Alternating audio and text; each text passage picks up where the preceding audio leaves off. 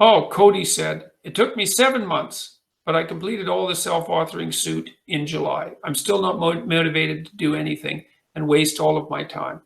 What do I do? Well, the first question is it true that you're not motivated to do anything? And is it true that you waste all of your time? It seems highly unlikely to me that both of those things are 100% true. So one of the things you might notice is, is there anything that you're motivated to do? I presume you're motivated to eat, although perhaps not. And I'm not being smart about this. Partly what I would say is two things. You might need some smaller goals. Like you have to shrink your goals to the point where you've established a plan forward that consists of steps that not only you would be willing to take, but that you would take.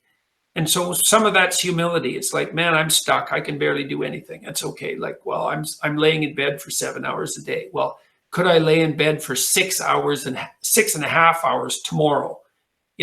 Or while I'm in bed, could I do something somewhat useful? Could I read a book? Could I read one page of a book? Could I read a paragraph of a book?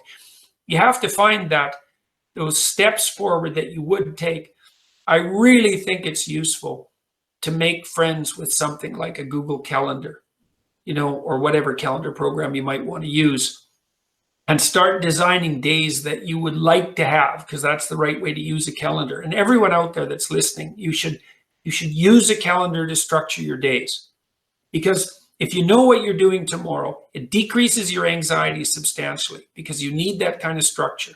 You need a pathway. You need to have a map, and you need to know where you're located on the map, and you need to know how you're moving forward. And that gives you hope, because you're moving towards goals that you regard as worthwhile. And it stops you from being anxious, because you're not entirely directionless and lost. And so learning how to manage your time is useful. And you can start with a calendar. You can start with simple things, like you can put in, when you're likely to go to bed and when you're likely to get up. And regulating that's useful. That should be relatively ritualistically consistent.